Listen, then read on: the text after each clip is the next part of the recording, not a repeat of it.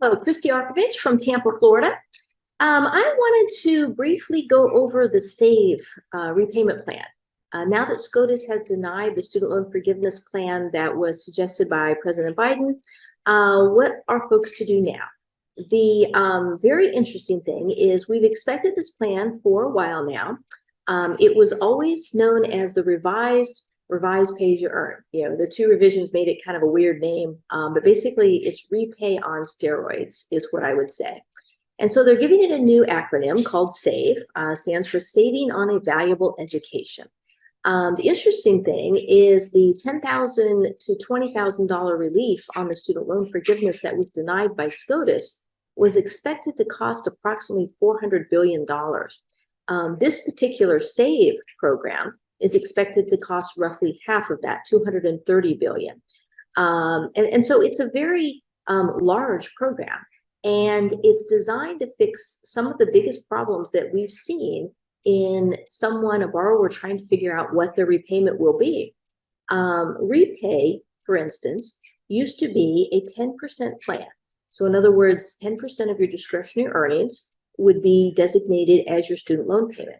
Well, now it's changed. Now it's 5% of your discretionary income for undergrad and 10% for grad loans.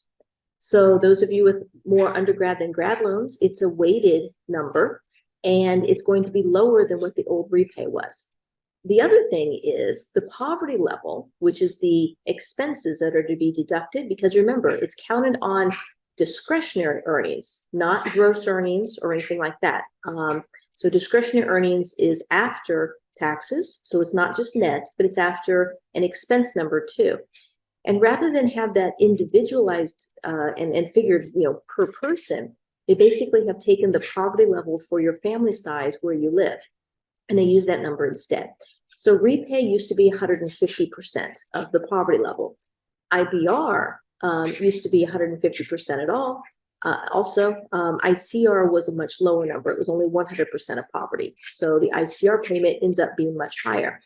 But back to what SAVE does. So what SAVE is going to do is it's going to take the 150% of poverty as the expense deduction and increase it to 225%. So when you have 150 and you bump it up another 75 points to 225, that's roughly half of the old payment. So that is also going to cause a significant decline in someone's payment in addition to the 5% of undergrad. And probably the biggest thing, the thing that we have always butted heads against, and that is, does a spouse's income count? In the old days, under repay, well, I should say the current repay, you cannot exclude a spouse's income. And so we would often put people on IBR, income-based repayment, because that's a plan that you can exclude a spouse's income by filing a separate tax return. Yes, you might have more taxes, maybe not. A lot of folks didn't, but they couldn't afford a payment based on a spouse's income. So really they had no choice. It was a catch-22 situation. Do I have higher taxes, which might apply? Do I have a higher payment counting my spouse's income? Well, under the new SAVE program, we don't have that dilemma any longer. You're allowed to file a separate return in order to exclude a spouse's income. Now, you are going to perhaps have higher taxes by filing a separate tax return, but in most all of our situations that we encounter, separating out a spouse's income is going to result in a much, much lower student loan payment. So that's significant. It's also going to stop runaway interest. The interest will not continue to accrue, even though the payment might not be enough to pay the accrued interest. Under the old repay, that that interest continued to accrue.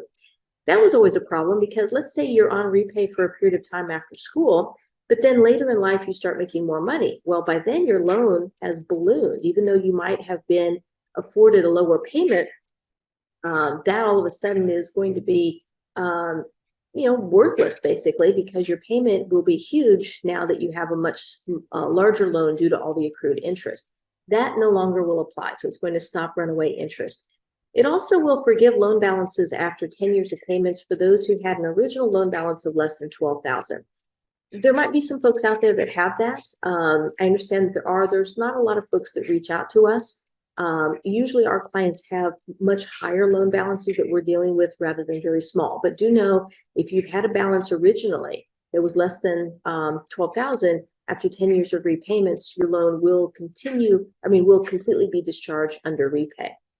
The other nice thing is auto enrollment for those on repay now. There's no need to fill out a separate application.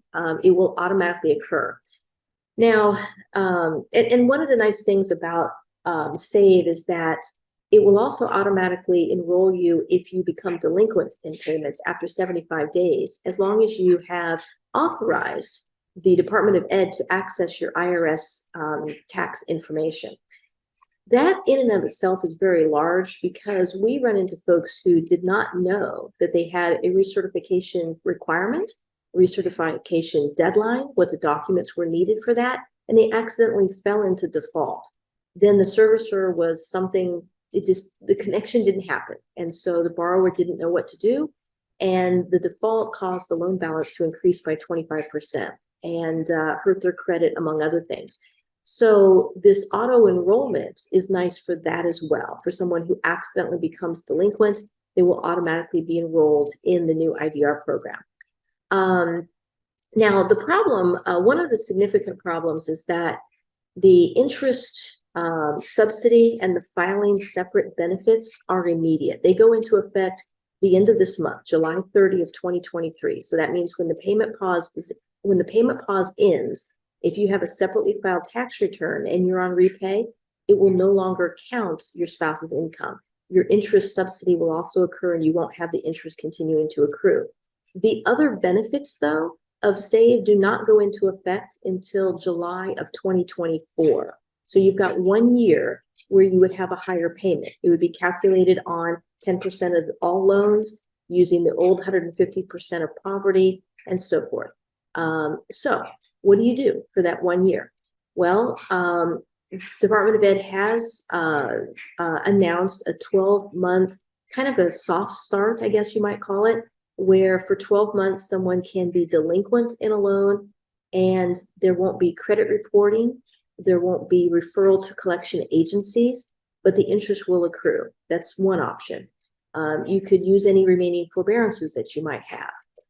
There may also be a way for you to seek an absolute discharge of the loan through a bankruptcy filing or through a total and permanent disability discharge or something of that nature. So you might want to reach out to us if you have that year period where your payment is just too high for you.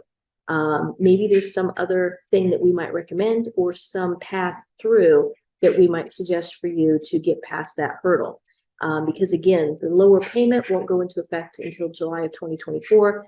The things that go into effect immediately before the payment pause ends is the ability to file separate, to exclude your spouse's income, and the interest subsidy. So at least we have those. We have those right away before the pause happens. So I hope this overview on what SAVE is has been helpful.